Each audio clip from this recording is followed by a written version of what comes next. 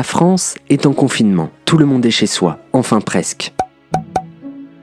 Des rues vides, des magasins fermés, des villes désertes, une ambiance d'apocalypse rôde en France depuis quelques jours. Mais comment en est-on arrivé là ?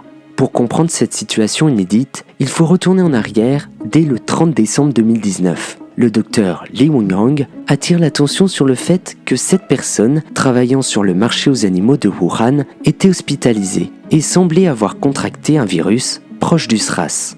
Ce fameux virus va être baptisé coronavirus ou Covid-19 pour les plus intimes. Il est responsable de cette situation dans le monde entier.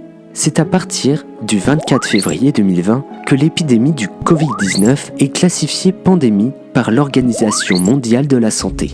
À partir de ce moment-là, ce n'est plus un phénomène uniquement chinois, mais mondial. Une crise sanitaire qui ne cesse de progresser d'heure en heure. En décembre, après l'apparition des premiers cas, la Chine a pris des mesures drastiques, comme la mise en quarantaine de Wuhan et d'autres villes. La construction en 10 jours, 24 heures sur 24 et 7 jours sur 7, retransmis en direct sur la télévision chinoise, d'un hôpital pouvant accueillir jusqu'à 1000 malades sur 34 000 m².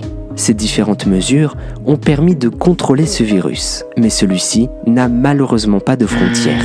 Pour faire 9355 km de Wuhan à Bordeaux, le coronavirus aura mis seulement 3 semaines. Le premier cas français est un homme de 48 ans, arrivant de Wuhan.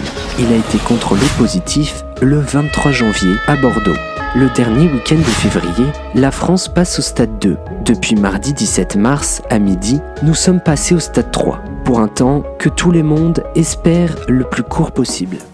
Françaises, Français, mes chers compatriotes de l'Hexagone et d'Outre-mer. On va tous mourir!